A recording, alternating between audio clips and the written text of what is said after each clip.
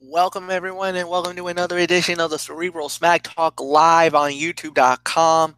This is good old MF Michael Fletcher, and ladies and gentlemen, if you have not been following the news today, especially in WWE, a lot of news going on right now as it pertains to 205 Live, and more importantly, the Cruiserweight Championship of the World.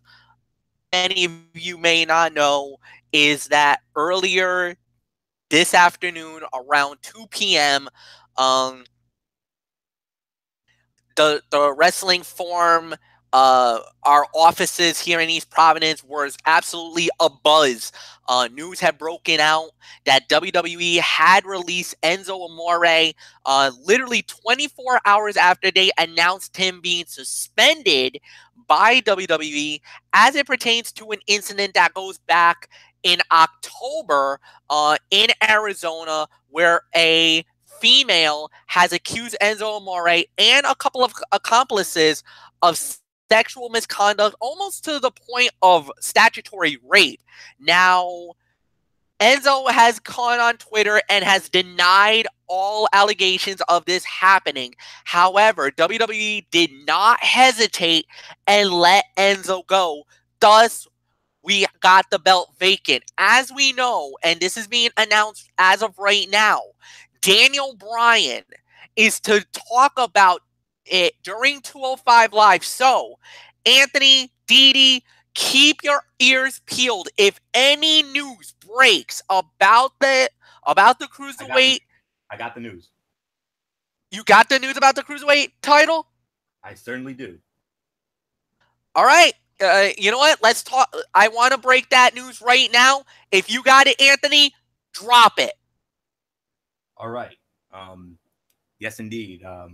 Anthony Floyer here with you for this edition of the Cerebral Smack Talk, and I can confirm Daniel Bryan announced that a new general manager is going to be named. 205 Live is going to have a general manager, for one, and number two, he stated that Enzo Amore vacated the Cruiserweight Championship and that he was no longer going to be on the show. And he also said that that new general manager is going to determine the status of the Cruiserweight Championship next week on 205 Live. So we're going to have to wait at least a week to find out this date, because obviously with the Royal Rumble coming up, they obviously don't want to, rush into anything. So mark it down. Next Tuesday night, right around this time, not only are we going to have a new general manager of 205 Live, but we're also going to that general manager is also going to determine the status of the WWE Cruiserweight Championship. How do you follow that, MF? All right, so we got that breaking news. Thank you very much, Anthony Florio, for being on top of that. So you guys have heard it. 1 week from tonight, a new general manager will be announced, and on top of that, we're gonna definitely find out the status of this Cruiserweight Championship and what on earth is that gonna entail. So we'll have to wait and see what happens. Definitely very, very, very interesting developments have broken out. Like I said, not only that, for all you guys who've been, I know you guys don't really follow it, but we've been following the Mixed Match Challenge 2 weeks in a row. Night Raw. Last week it was Sasha Banks and Finn Balor getting the victory. And if you saw, it just happened about, I want to say 10, 15 minutes ago. Asuka and The Miz defeats Big E and Carmella. And next week, Sami Zayn and Becky Lynch, but they're going up against pretty much the Beauty and the Beast, the Monster Among Men, Braun Strowman, and Raw Women's Champion Alexa Bliss. Oof. This is going to be an interesting matchup, to say the very least. So we got nothing more on that docket. It's time to get into Smackdown Live, guys. I know you've been waiting a little bit for it, wondering what happened on the Land of the Opportunity. Well, for the Royal Rumble. And on, folks. So we started it out. We started the show tonight, of course, with Sami Zayn and Kevin Owens cutting a promo, basically saying, that they were basically saying that they were going to make history, that they were going to be the first co-WWE champions in the history of the company. That prompted out AJ Styles to come out. And, they actually nailed AJ Styles and actually hit him to be, they were using his own words against him for stuff in the past. They hit him on the fact about, it was him that requested the 2-on-1 handicap match, and Daniel Bryan said, all right, you got it. And then they try to force him into the issue again by saying, well, you said I can beat Kevin Owens and Sami Zayn separately in matches, that you would fight them separately in the Royal Rumble. So why don't you do it? So AJ was like, he was thinking about it. Daniel Bryan came out before even Daniel could even get a word out. AJ's like, you know what? Stop right there. I think I know what you're going to do. I think you're going to give them what they want. So you know what? Don't say anything, Daniel. Right. It's on. I'll fight them. Separate fight. One-on-one matches tonight on Smackdown Live. All right. Guts ball, like we normally would say in the past for Daniel, for AJ Styles, but do you think Daniel was gonna go there? Because if you saw the backstage segment, and that was with Shane McMahon and Daniel Bryan, Daniel's like, I wasn't going to agree to these terms. I wasn't going to agree to that fight. I wasn't going to give Kevin Owens and Sami Zayn what they wanted. I was going to try to stop AJ. AJ said, hey, I'll fight them. There was nothing I can do about that. And Shane's looking at him like, are you sure? Because I kind of got a feeling like, no, you weren't. That I think you were going to do that. I got a feeling you were going to railroad AJ again. So I don't know what you got going on. Fine. I believe you this time around. But I'm just wondering, is there an alternative motive on your end? Because it sounds like because even AJ Styles was saying it. And this, I don't know if this really irked Anthony Florio, but I know it probably would have irked him because of how big of an AJ mark he is. But AJ kind of implied that your decisions has definitely been more geared towards Kevin Owens and Sami Zayn. What's going on? Are you in bed with the two of them? Like, are you guys in cahoots that I don't know about? Because if you are, let me know right now. Whoa. Since when does the WWE champion go after the authority figure? Daniel Bryan was always about going against the authority. It looks like AJ Styles is now going after Daniel Bryan. Interesting. Nothing more to say. I thought this was good. Solid to happen. Florio, what says you? What do you think? Yeah, it was solid, and I'll also tell you what, MF. Yeah, this this feud has done nothing for me, if I'm going to be real honest. I mean, considering the talent involved, I had somewhat of some high hopes here, but at this point, it's at the point of go away, and the whole Cammy thing that's not, I'm not really feeling that either. I mean, I still can't believe they're still using it. I mean, Owens and Zayn, they've been clever and funny, but this program, they played this program straight with them wanting to become co-champion. Why not just the champion altogether, an individual champion, instead of co-WWE champions. I mean, we tried that once before with the women, with when Michelle McCool and Layla were quote-unquote co-women's and Divas champions. Yeah, we all saw how much of a mess that turned out to be, but those two want to be co-champions, and AJ's this dopey champion who insists he can, pull a Super Cena and overcome the odds. I was hoping for something a little more clever out of it, but it just never came to fruition, unfortunately. So, I mean, the segment was fine for what it was, but at this point, I'm ready for this whole thing to be over. I mean, all three of these guys deserve better, especially AJ Styles, because he is the WWE champion. Michael Bullock thinks that Zayn and Owens are actually going to win the title on Sunday night. I vehemently disagree. I mean, but then again, you never know. We'll wait and see come Friday night. But for me, I still think AJ is going to come out of it as the WWE champion, and hopefully they move him on to bigger and better things, especially WrestleMania. That's all I can say on that. Let him go into it as the champion. Hopefully he gets a marquee opponent, and hopefully that match will deliver in spades. So I agree with you, MF. It was a solid segment, but at this point for me,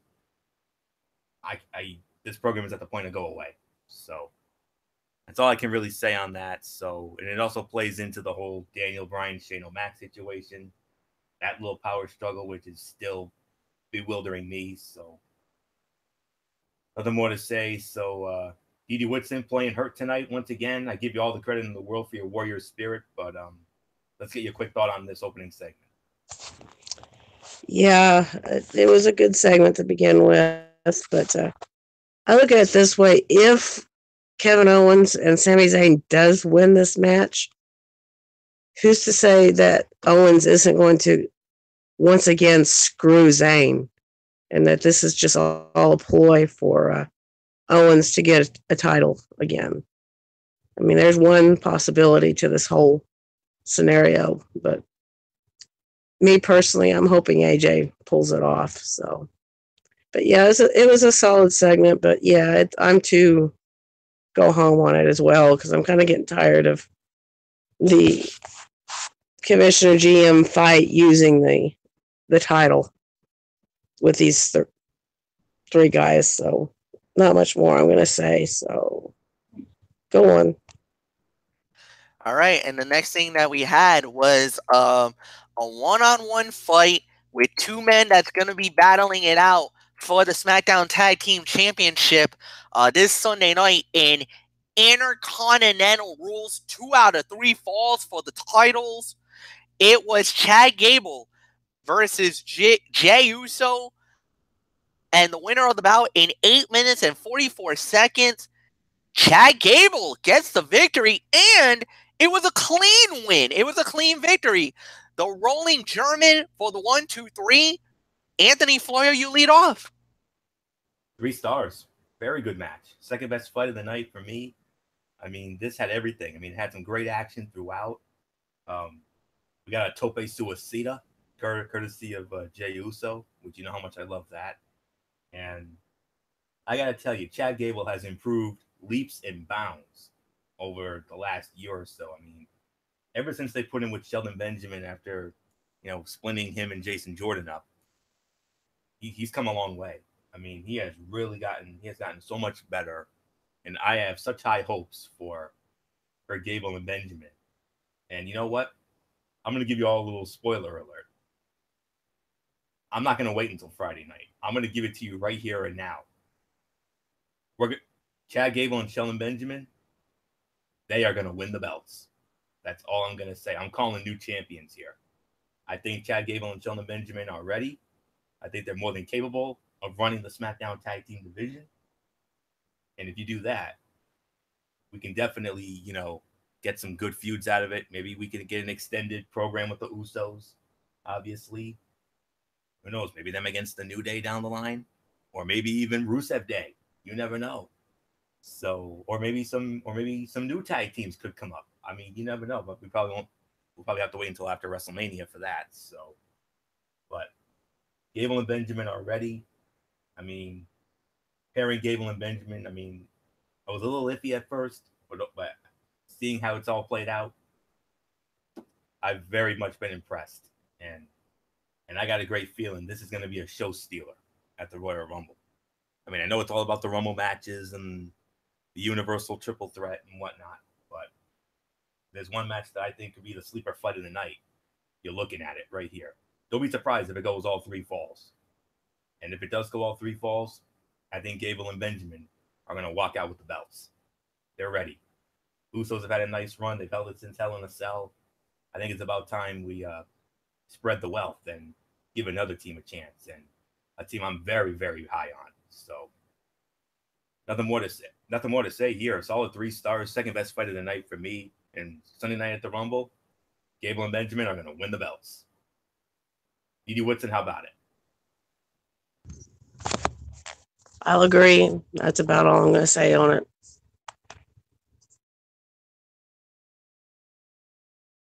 All right, MF.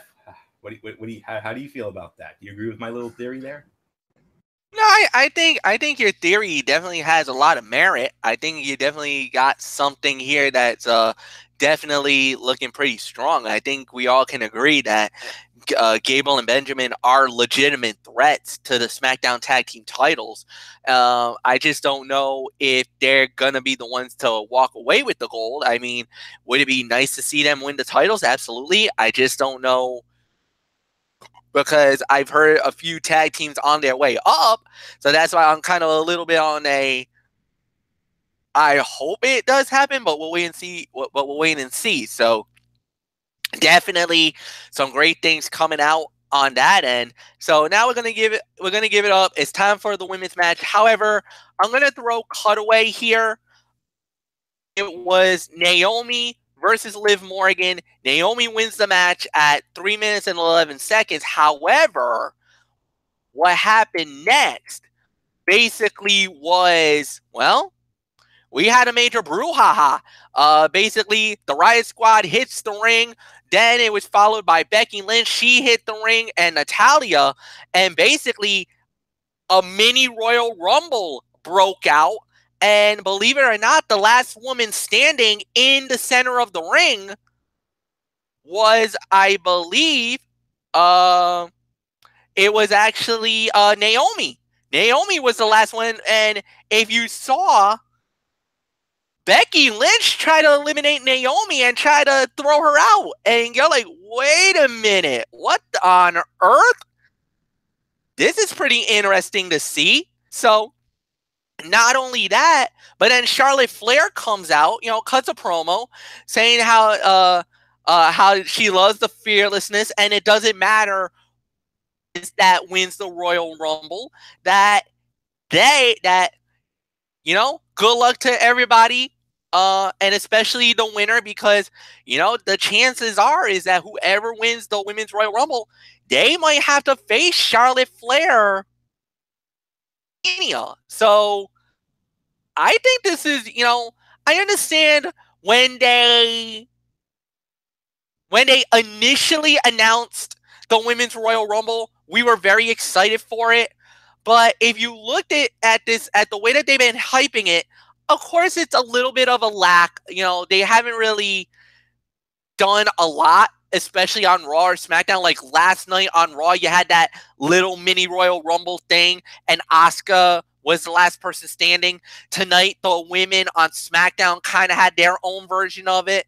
But if you look at it as a whole, yes, they did okay to hype it, but I think we all were expecting a little more. I think WWE kind of dropped the ball a little bit on getting us amped up for the Royal Rumble, at least on the women's side. Even though, if you notice, especially on the roster or the way that the lineup is set, going into the Royal Rumble, there was only 20 names. Right now, I think we got about 17 because Paige is out. You can't have Alexa Bliss and you can't have Charlotte because they're automatic champions. So that's 17 active names on the active roster. 13 are surprises. Did WWE tip their hand last night during that Raw honoring the women? Could we have seen some of the 13 that could be at the Royal Rumble? Remember the names that were all there.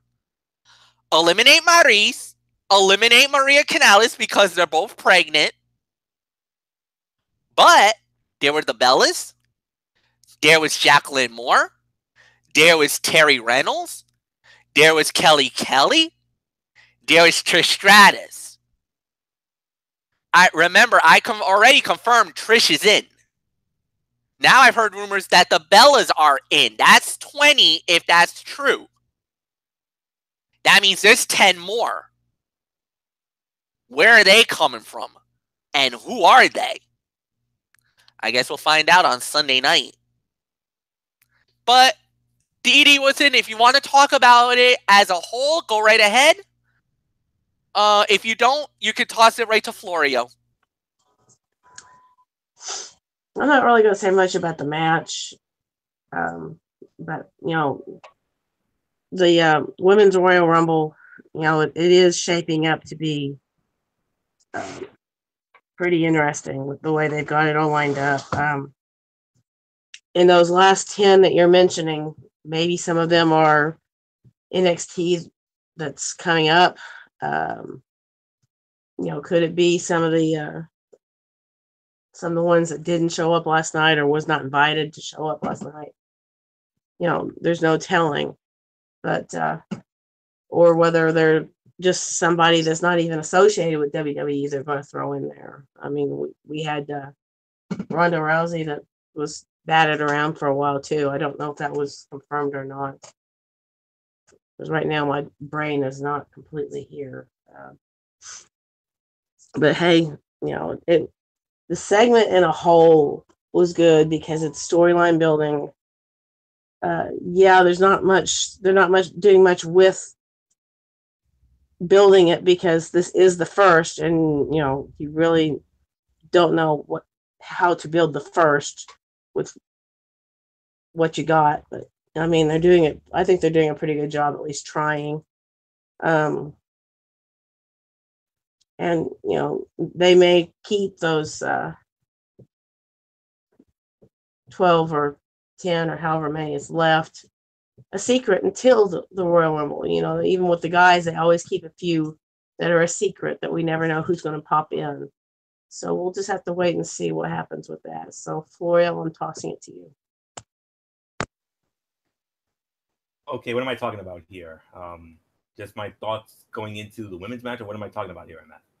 I just want to be sure I'm following protocol here. All right. Well, I'll say it like this. The Smackdown, the Women's Royal Rumble, I mean, the hype has not lived up, has not really, you know, been there. It hasn't really been, you know, enough to really get us, you know, overly excited about it, even though I am looking forward to it. The only thing I'm hoping for is that a Raw woman wins it, of course. You know me. Raw's got the odds-on favorite as far as I'm concerned, and the Empress of Tomorrow, Asuka. Unless, of course, the dirt sheets say otherwise about this certain surprise entrant, which we could see. But the match itself, it was a mess. It was a cluster bleep. It was like maybe dud to one at best. But as far as, you know, what happened after the match, well, it came down really to Naomi and Becky. I mean, Naomi and Becky were, you know, going at it for. I mean, they were like buddies all of a sudden. And then in one foul swoop, Becky tried to throw Naomi out, and it was like, okay, I see you, I got you, I get it. Every woman for herself, which it should be. And you know, I'm very much looking forward to it. I'm glad they're going with the over-the-top format as far as eliminations go. Unlike what they used to do when they used to have those ho-hum battle royals, you know, as long as they were thrown out, it was constitute an elimination, regardless if it was through the middle rope or under the bottom rope or what have you, which I thought was dinky. I'm gonna be real honest with you, but I'm glad they're doing the over-the-top rope situation. That I like that. I mean, it makes the match even more exciting. And if they're smart. I think WWE would be really smart to have this as the main event of the Royal Rumble event, even though I wouldn't be surprised if it ends up being as it always has been, the men's Royal Rumble match, which it probably will. But I would love to see the women's Royal Rumble match main event. I really would. I mean, it would be so cool to have that as as your main event. But I know I'm probably grasping for straws there. So, but yeah, I'm looking forward to it. We'll get more into it on Friday night, no question about it, when we do our big preview show. So, just hoping for a Raw woman to win it. Any Raw woman is fine with me, but Asuka, obviously the odds-on favorite. MF, I know you're hoping for one of your SmackDown ladies, especially Becky, because we all know the love affair you have with that one. So, nothing more to say on that. Let's just move on. I'm gonna hit you with something. You made that bold prediction not too long ago, how you're hoping that the Women's Royal Rumble starts off the event. But for me, honestly, and I'm just gonna say it, don't get me wrong, I think the Men's Royal Rumble is gonna be the main event. I think the Men's Royal Rumble is gonna close the show. However, 4-hour show, I think the women is going to start the Royal Rumble event. Start the event with the Royal Rumble match, end with the Royal Rumble match. I think, and this is my bold prediction, I think the Women's Royal Rumble is going to start this event. I think they're going to give them the first fight of the night and let them do their history. Let them just start the show out with a bang. Give us the Women's Royal Rumble and let the women shine. Don't wait for later in the night. Don't try to water us down with 2 Royal Rumbles at the end of the evening. No, start out red hot. Give us the Women's Revolution right at jump. That's what I say. That's my opinion. All right, so with that said, speaking of 2 combatants that's going to be in the Royal Rumble, Shinsuke Nakamura going up against Baron Corbin. Shinsuke Nakamura wins the match by disqualification at 12 minutes and 33 seconds. Third best fight of the night. Solid fight. Good match. Good match. Really good chemistry by both men. I liked how everything played out. I thought this was a lot better than even I thought in the past. Yeah, there was a little bit of some not so good moments. Okay, fine. But if you think about it, between Nakamura and Baron Corbin, this had to be like the best fight of their, any of the battles that they had in the past. This was like the best one yet. I had nothing bad to say about it. But then, we had a Viper. He came in, struck Nakamura with an RKO out of nowhere, and then hit Baron Corbin with an RKO out of nowhere. Uh-oh. Are they setting up Orton to become a back-to-back Royal Rumble winner? Remember, the last time we've had a back-to-back Royal Rumble winner in the Royal Rumble match, I believe you got to go all the way back to Stone Cold Steve Austin, 1997, 1998 was the last time I remember where Austin won the Royal Rumble event. And Randy Orton, if he does win this, would be I believe this would be a 4-time winner of the Royal Rumble match, which I believe that would tie him. Third. I think that would what? Third. If you're talking about Orton, it would be his 3rd Rumble win. His 3rd Rumble win, but it would tie him with Austin. Correct. Okay, so it would tie him all time with Steve Austin, and he also would become the 3rd man in Royal Rumble history to win back-to-back Royal Rumbles. 4th. Shawn Michaels did it. 4th? Hogan, 90-91. HBK. Yep. Michaels, 95-96. Austin was 97-98. And if Orton does it, then he would be if Orton does it, he would be number 4. Yeah, okay. I stand corrected. Because a lot of people kind of, the Hogan thing, they struck it off the record, believe it or not. I don't even see anything about Hogan winning the Royal Rumble now, even though we know it, but it's actually been struck in from the WWE record books. Believe it or not, it's crazy. I can't even believe that. They struck Chris Benoit's Rumble win. Believe it or not. So, yeah, I'll leave that for that. But definitely, third best fight of the night. Solid match. 3 stars. I got to give it 3 stars. I liked it. I loved it. I enjoyed it. I actually liked Orton's post-fight interference hitting the RKO because he's utilizing that adage of every man for himself. And if you remember, this wasn't the first time Nakamura has felt the RKO out of nowhere. He got bit by the Viper again, and Corbin tried to stick his nose where it didn't belong and got one as well. I wonder what Luigi PS3 must be thinking, because every time she gets that RKO out of nowhere, she starts freaking out. She might have freaked out again tonight. We'll see. But Anthony Florio, it's all yours.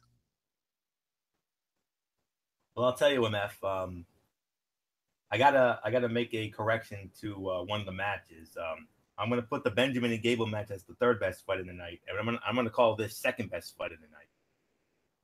3 to 3.25 stars. This was a very good match. I mean, there was some very good action throughout. Some solid near falls.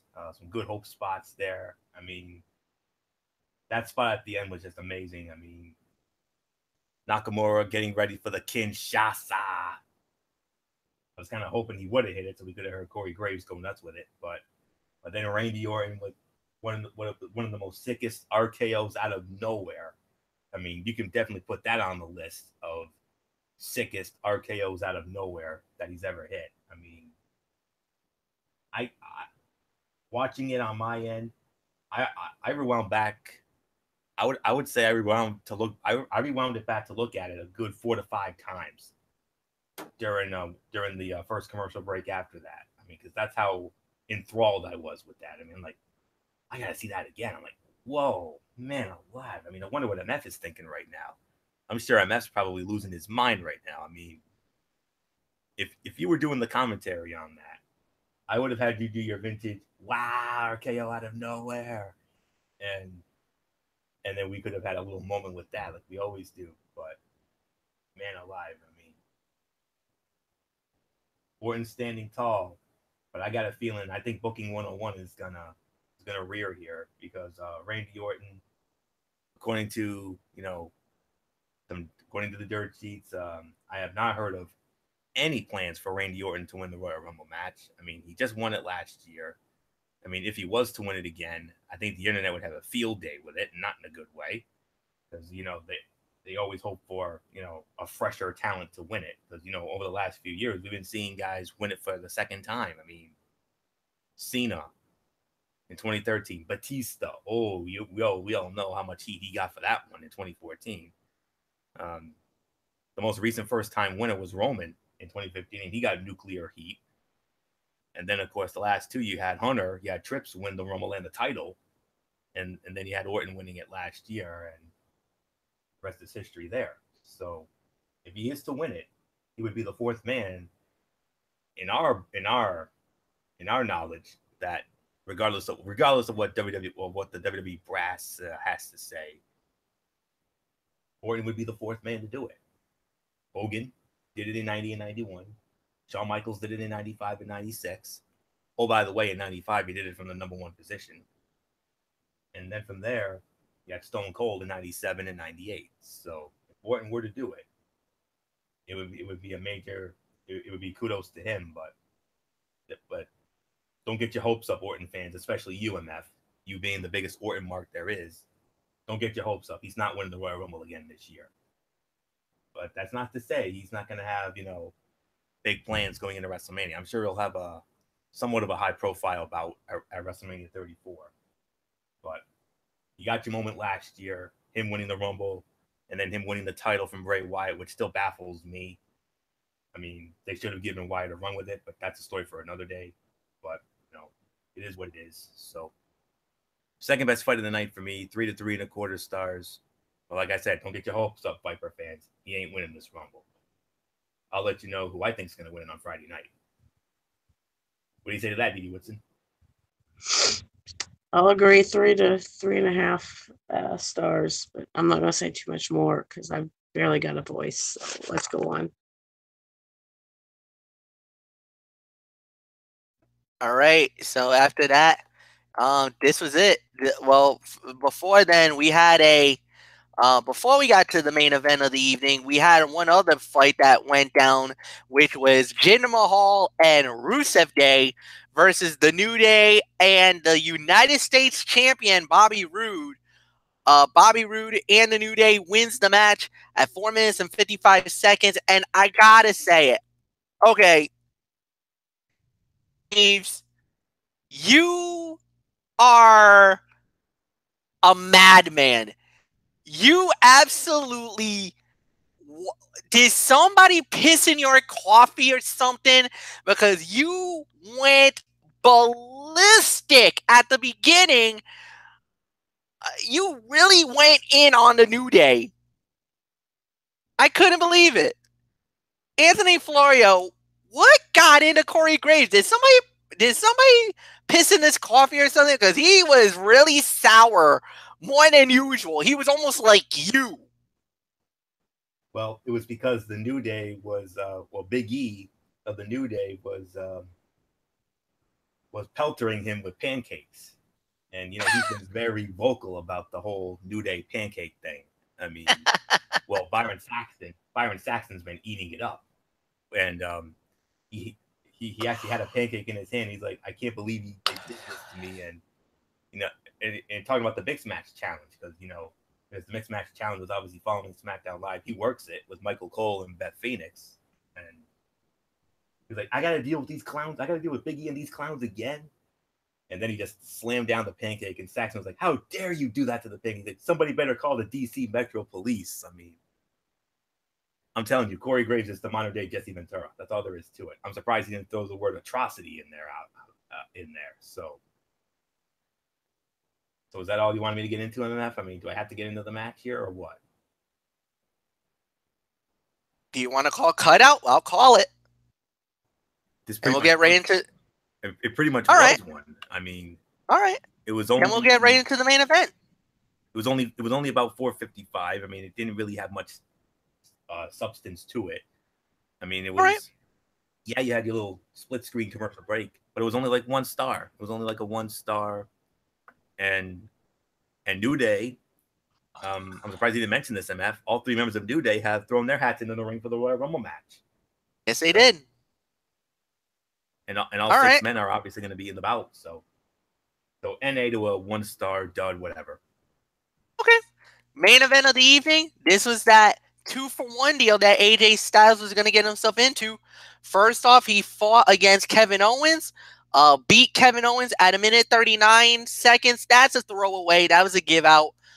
But something that was very influential and very interesting in that fight was Kevin Owens might now I don't know if he was selling an injury or if he legitly got hurt, but he definitely was writhing in pain. Definitely couldn't put any pressure. It looked like he injured the calf or the ankle. Definitely it was the calf that was bothering Kevin Owens. But the one fight that I know we're all going to be talking about and what was deemed the fight of the night, Sami Zayn versus AJ Styles, and Sami Zayn gets the win at 16 minutes and 44 seconds. Anthony, go right ahead, my friend. Give me your thoughts on the main event. I know the Kevin Owens AJ was a throwaway. Yes. But Sami Zayn and AJ Styles. No. Oh my. That was not a throwaway. Absolutely not a throwaway, MF. You're absolutely right on that. Before I get into that, though, MF was wondering what did the Luge do upon seeing Randy Orton's RKO out of nowhere? Yeah, she freaked. You knew she would. So I'll share that video with you after the show. So, but man alive, I mean, absolutely fight of the night, no question about it. 3.5 to 4 stars. This was amazing. About damn time we got a match of this caliber with considering the 2 talents involved here. You're talking two of the best wrestlers in the world. AJ Styles, we all know, leaps and bounds. He's the best in the world. That's all there is to it. Sami Zayn, I mean, he has, he's put on some good matches in WWE. I mean, the 5-star with Nakamura in Dallas a couple of years ago. The 5-star with Neville in NXT. And a near 5-star with Owens in the Battleground a couple of years ago. And, and of course, with his first match on the main roster, that U.S. Open Challenge match with John Cena in his hometown of Montreal, which was incredible as well. But it's one of the best Sami Zayn matches we've seen in a while. But Kevin Owens, I am concerned. I mean, I was wondering the same thing. Was he selling, or is this a legitimate injury? And if this is a legitimate injury, I think we might have to remove him from that match. And who knows? Maybe we make it a straight up one-on-one match with AJ Styles and Sami Zayn for the WWE Championship. If you do that, oh boy! I mean, you thought tonight was good. If Owens is out, we'll have to monitor and keep an eye out on what's going on with Kevin Owens. But if we get Styles and Zayn straight up one-on-one for the WWE Championship at the Royal Rumble, that's your show stealer right there. Forget about that 2 out of 3 falls. This is going to be your show stealer. Other than the Rumbles, this is going to be your show stealer. No doubt about it. But if Owens is okay, well then I take that back. But fun match, very fun match. But AJ's still looking. But they still making AJ look foolish here. I mean, they're still making him look like a moron and a dink, or as I like to say with Jericho, a stupid idiot and a mutton head. I mean, they should be able to conceive a way to craft their stories that don't require their workhorse champion to suddenly lack intelligence and focus, because it's a convenient method to make a handicap match seem like a legitimate threat to the title. But the lack of any desire from the ego-driven heels to be the sole champion also seems out of character, and the continued involvement of the authority figures has really mucked up this situation. And like I said, I'm waiting for this angle to be done and over with, and I'm hoping that after Sunday night it will be one way or another. But man alive, that was an amazing match. I mean, you knew they were gonna steal the show, but like I said, we just have to keep an eye out for KO. I mean, what's his status? I mean, was he selling an injury, or was it a legitimate one? If it's a legitimate one, I think he's gone. I think he's out of the match. Probably be out for a while, and he'll have no choice but to make the handicap match a one-on-one match with AJ Styles and Sami Zayn, and now that is what I want to see personally. AJ and KO has been done. It's been done to death since SummerSlam on. Give me AJ and Zayn. You give me AJ and Zayn. In the immortal words of good old MF Michael Fletcher, WWE Network, shut up and take my money now. Simple as that. So we'll see what happens. 3.5 to 4. Clear-cut fight of the night. Edie Woodson, I'm sure you concur with that. Yeah, I'll agree with that. So we pretty much kind of covered everything, so I'm just going to toss it back to Fletch. And we're just going to go right into the overall review, Dee. Just give me a number just give me a number, and what do you feel about the show? And then hopefully you'll feel better So, what's your rating? Well, I don't think I'll be here Friday, but I'll definitely be here on Sunday. Okay. As for a number, I guess I rated about 6. I mean, it was very newsworthy. I'll put it that way.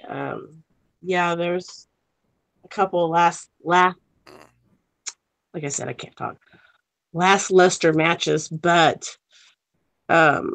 even those were storyline building. Yeah, we're not having the big bang build up for the Women's Rumble, but we're still having a build up on both shows. And first year, how do you build up on a first year? You do the best you can, and I think they're at least trying to build it up the best they can. So not much more I'm going to say about it. I will see you guys Sunday. Good night. Anthony Florio, I give it to you, my friend. What did you think about SmackDown Live tonight? I will probably have to give this between 6 and 6.5, maybe teetering on 7. I mean, 3 quality bouts in one night with AJ Styles and Sami Zayn stealing the show.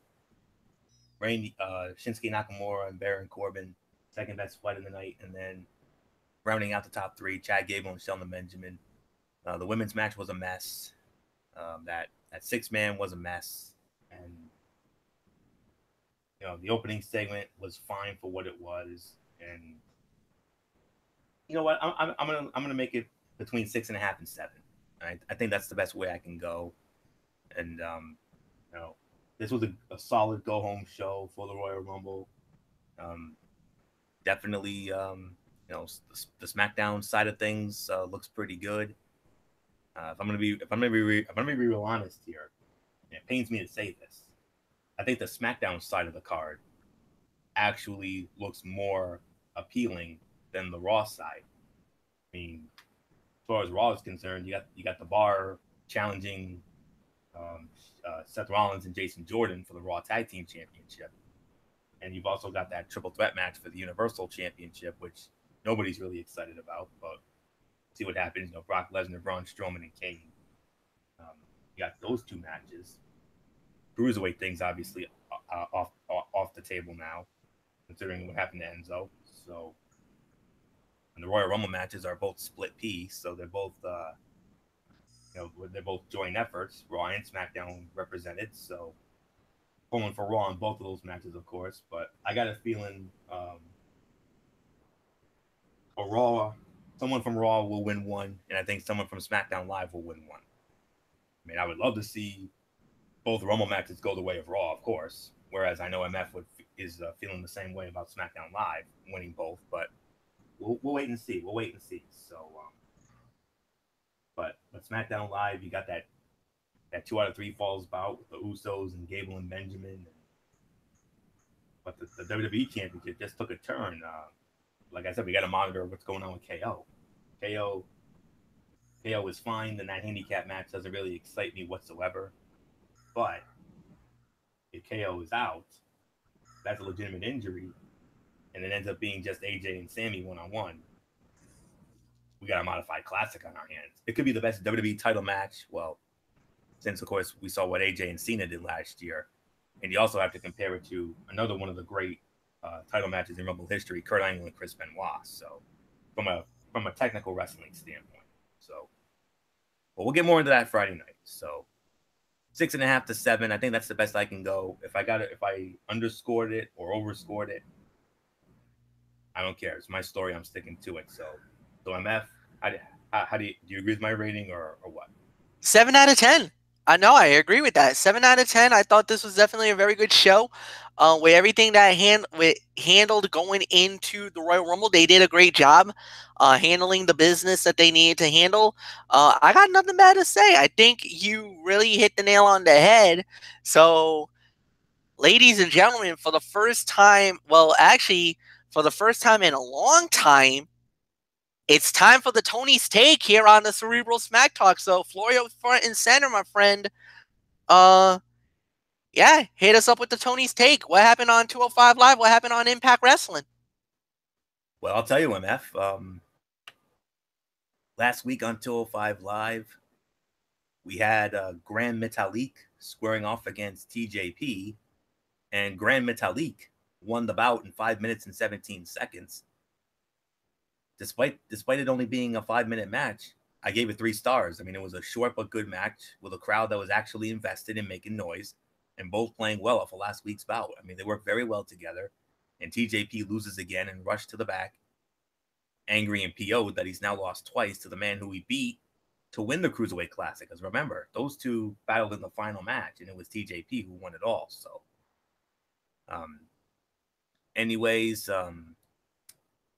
Cedric Alexander and Goldust, there was a segment there. I'm not really going to get into that.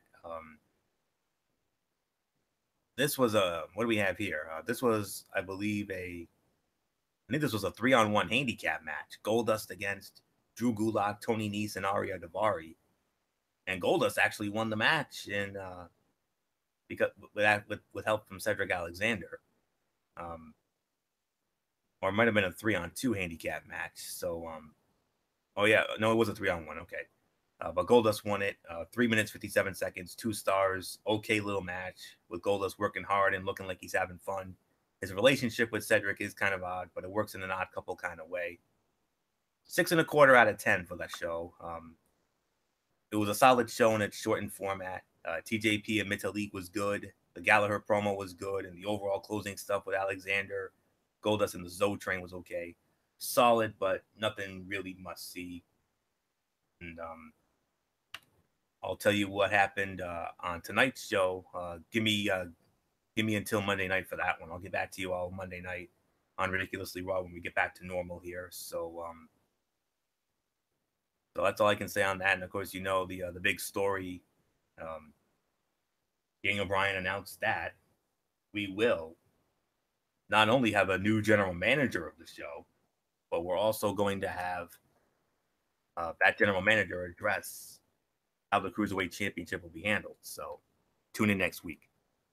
Okay. Now we're going to get into Impact Wrestling from this past week. And so let's see what went down. We opened up with the next division championship match. Taiji Ishimori defending the title against Super X Cup winner Desmond Xavier. Winner and still X Division champion Taiji Ishimori with a 450, 16 minutes and 33 seconds. Far and away the fight of the night. 3.25 stars. Very good back and forth match to open the show. They got plenty of time to work, and both guys worked really hard. They've still not had either man go all out yet, which is a shame because they're capable of so much more.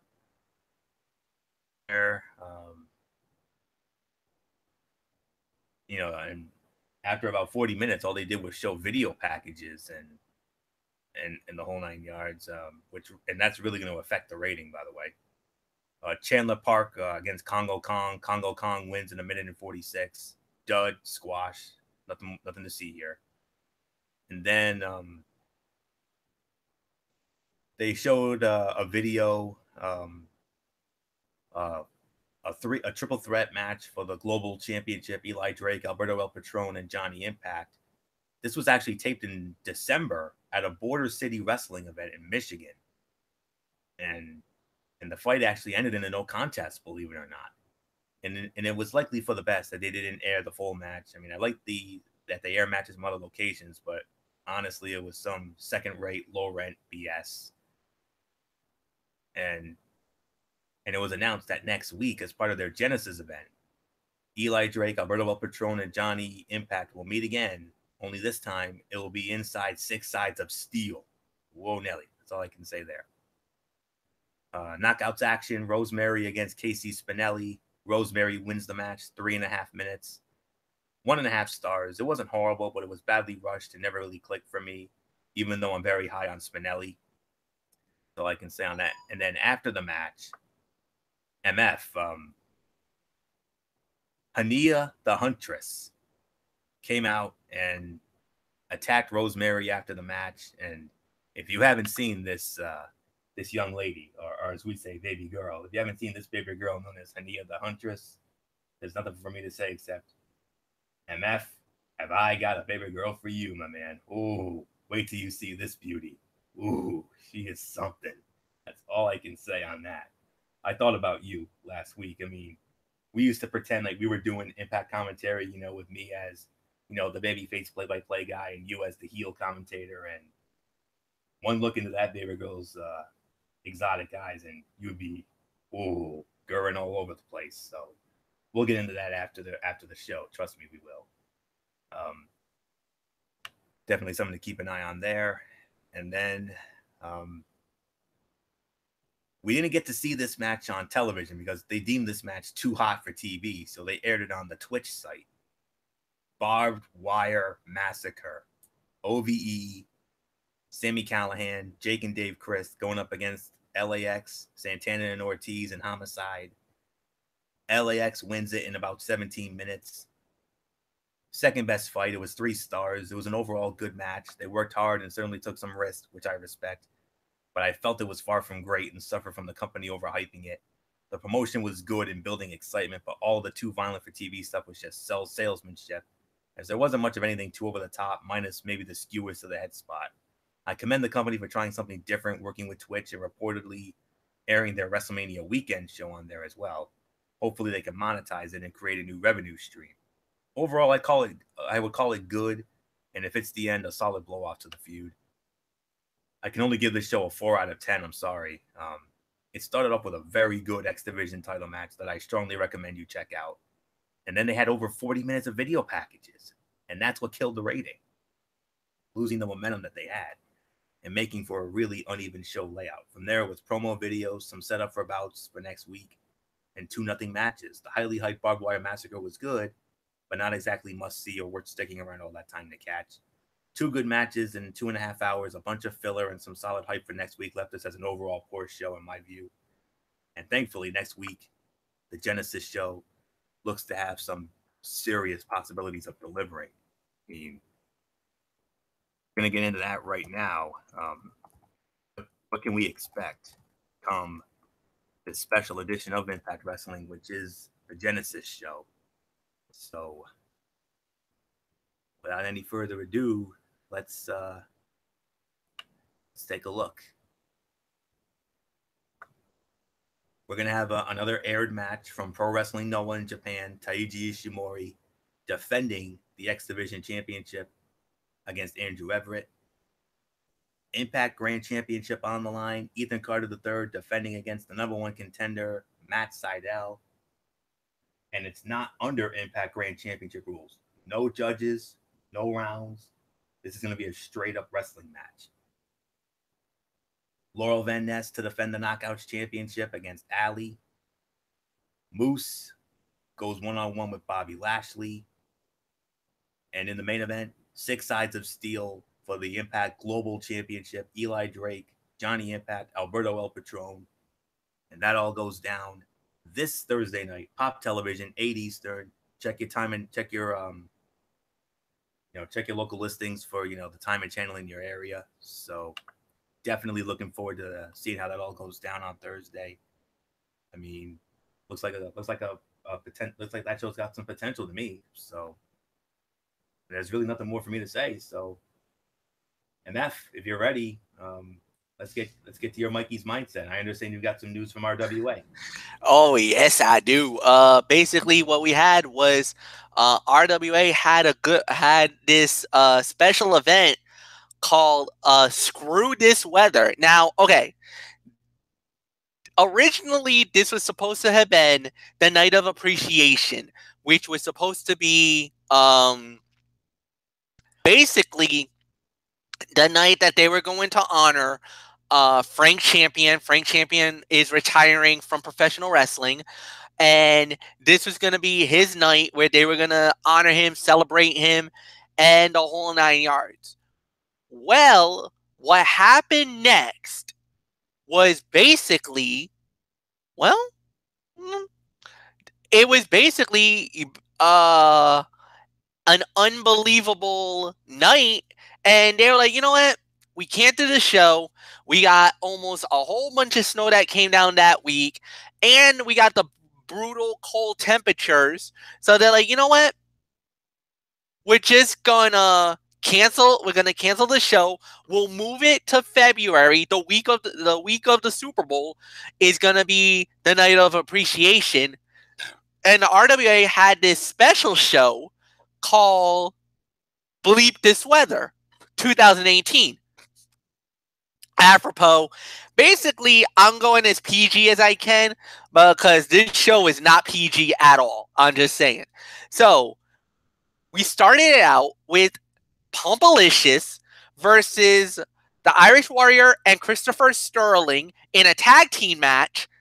Pumpalicious gets the victory. Good for them. Congratulations. And we move on to the next fight of the night. which was Izzy Star versus Tim Davidson, one-on-one.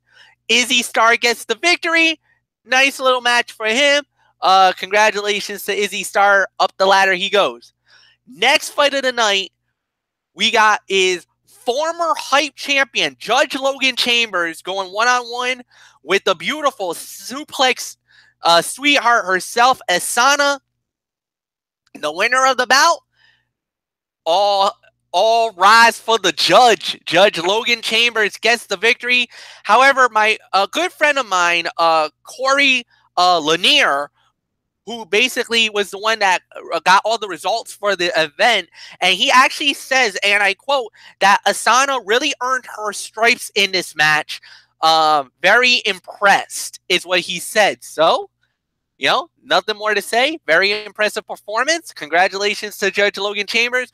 And also a lot of respect and a lot of love to our good friend Asana as well. As a matter of fact, if you guys want to go, if you go on my SoundCloud, my first ever interview, Wrestling Forum exclusive interview, was with Asana. You want to find out what that was all about? Go on to SoundCloud.com and go on to my link, and it's there for the whole world to know. All right. Next up we had was the Brick, David Baker, going up against Little Daddy Bravo. All right. This Corey said it best. Hard-hitting fight. You know what that means, Anthony Florio. Be a man. Be a man fight. That's what we say it calls it. So, good solid fight, good action, no doubt about it. The winner of the bout, the Brick, David Baker, gets the victory. So, next thing we had was a tag team attraction. Derek Conway and Delilah Hayden. They went up against the Middlesex Express, the RWA tag team champions, the Middlesex Express. It was a non-title fight, but they did get it. So nice little victory for the Middlesex Express. Nothing more to say about that. Next fight we had was just Alex. This guy is he is definitely a wild card in the show, but he went up against, all right, one of the most popular guys in RWA right now, and one of the most, I'm going to say it, this guy gets nuclear heat like you wouldn't even believe. King Leon the Sixth. And the winner of the bout was King Leon the Sixth. He gets the victory. Overbook mess is what I heard, because the Squires try to interfere, the Knights try to interfere. Just Alex didn't even stand a chance in this fight, ladies and gentlemen. That's all I'm saying about that. So next thing we had was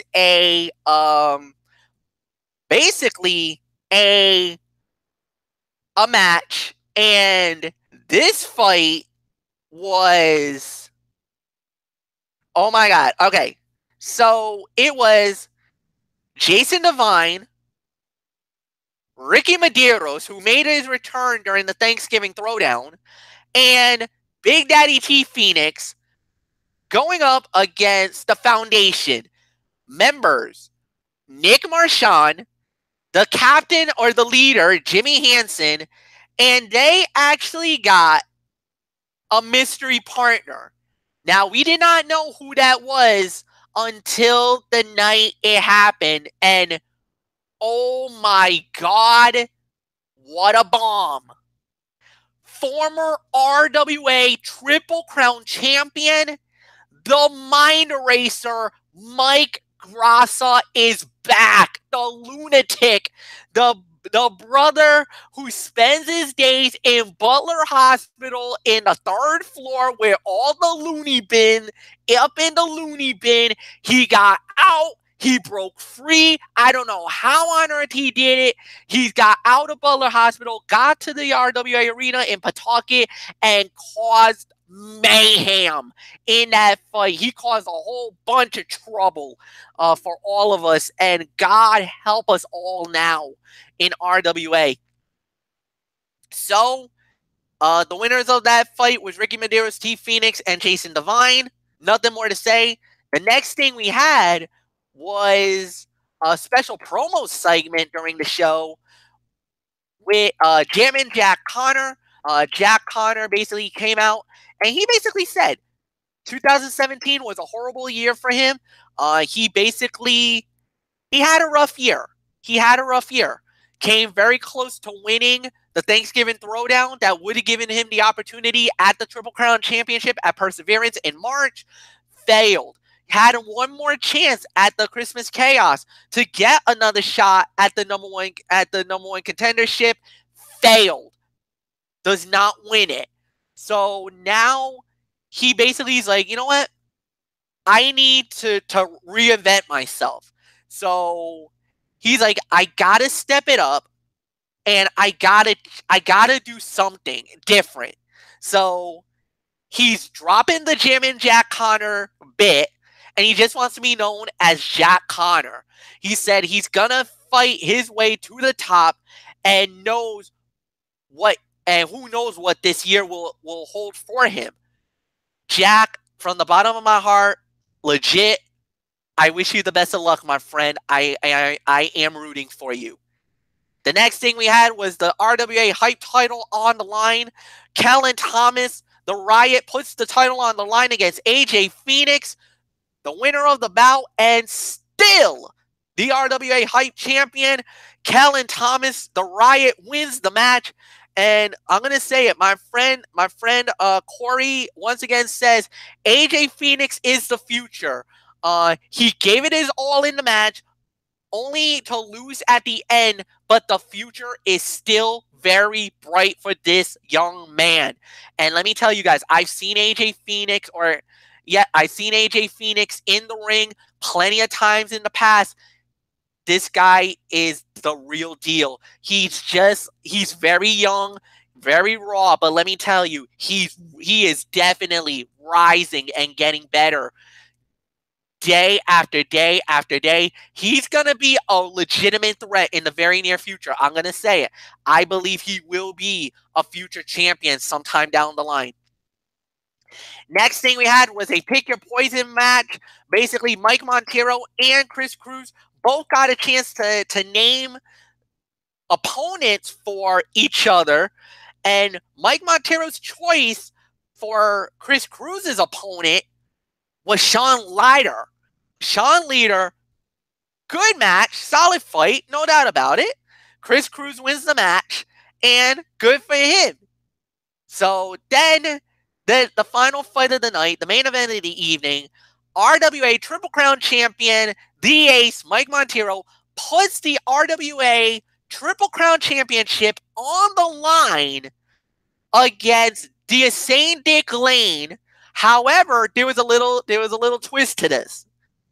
The loser of this fight had to take the Tide Pod Challenge. Okay, now you're like, wait a minute, what the hell? Okay, this is why. If you've been watching social media lately, there's been a whole bunch of knuckleheads out there in the world who's been taking this stupid Tide Pod Challenge. It's basically detergent soap, and you put it in your mouth, and God knows what the hell happens after that point. But, so, basically, the title is on the line. The winner of the bout was Mike Montero. Thank God. That means Dick Lane had to take the Tide Pod Challenge, and let me tell you, it wasn't, let's just say, it didn't end well for Dick Lane. That's all I'm just saying. I could hear Anthony Floyo right now saying, "Oh my freaking God!" He's probably shaking his head or something right now. I can't believe I just said that. But yes, I did, Anthony. So there's nothing more for me to say on that.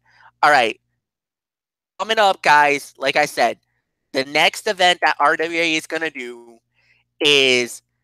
This is the night of appreciation. This is the do-over for the great fans out there, because now this is the event that you want to see, because this, my friends, is going to be a pretty epic show.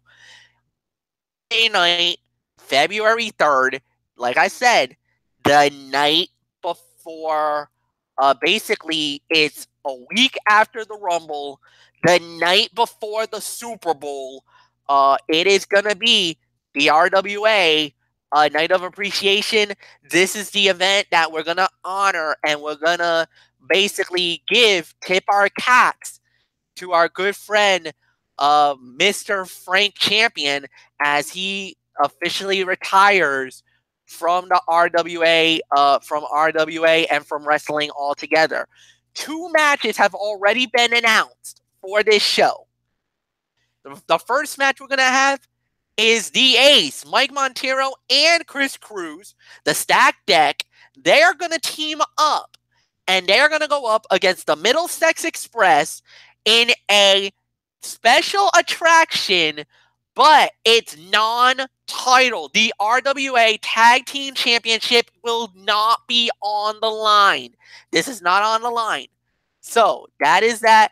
And plus, for Mike Montero and for Chris Cruz, this will be the last time they'll be working together, because after that, next month is Perseverance, and they're going to fight each other for the RWA Triple Crown Championship. Very interesting, to say the very least. Next up after that, we got is a special match. The challenge was laid down by T Phoenix to Jimmy Hansen, an 8-man tag team match. Now, what we have learned is that, as far as I've heard, RWA has announced that T Phoenix has selected Pumpalicious, the tag team, together to be members of T Phoenix's squad. This is one fall to a finish. This is not Survivor Series rules. This is one fall. Plus, we also have heard that Chris Sterling, however, Hansen in response, who also selected, but fellow Foundation members Chris Sterling and Nick Marchand selected for other matches yet to be announced, and Vinny Abruzzi, who's a member of the crew, will not be available for this event because he's out with injury right now. So, what is Jimmy Hansen going to do? Who is his 3 going to be? T Phoenix has got 1 spot left already. So he already threw 2 members already up. He's got 3 guys. Who's that final guy going to be? Jimmy Hansen still has his 3 spots wide open. So we're going to find out. That event is going down Saturday night, February 3rd, from the RWA Chop Shop in Pawtucket, Rhode Island. And I probably will say tickets will be on sale. If it hasn't been on sale yet, it should be on sale very, very soon, guys. So we got that. Plus, on top of that, for all you RICW fans, we do have a show going down this Saturday night from the Chop Shop in Pawtucket, Rhode Island. And basically, all we got right now is Brian Alberts has issued an open challenge. So how's that going to be? Who's going to be in that? Who's going to, I guess, say who's going to take the challenge, I would say, in that instance. But we also have some other news I want to talk about. Basically, it's going to be Hunter Kane. It's going to be the RICW Universal Champion Hunter Kane, and he teams up with the RICW Warzone Champion Jack Kruger and Dante, and they are going to face off with Little Daddy Bravo, Jamie Tucker, and TJ Swift. Plus, they also announced that Nick Marchand will be available, is going to be in action. The RICW Tag Team Champions of the World, Jason Devine and Ricky Medeiros, is going to be on it. Brian Albertson in the open challenge, and Pumpalicious will also be in it. So, guys, get on down there. RICW Underground is what they're gonna call it. It goes down this Saturday night, and also you can reserve your seats right now for the biggest show of the year for RICW, Collateral Damage. That's going down very, very soon. So, guys, that's it. We're done. A very long show, to say the very least. So, actually, no wrestling. I'm going to say no Strictly Sports this week. On Friday night, this is going to be the special NXT TakeOver Philadelphia and our preview of the Royal Rumble. And then, of course, on Sunday night is the Royal Rumble recap right here on Braves Fan 95. So until then, for Anthony Flair, for Didi Woodson, I'm Michael Fletcher. Have a good night, everybody. So long for now. Thank you so much for watching this. And bye-bye.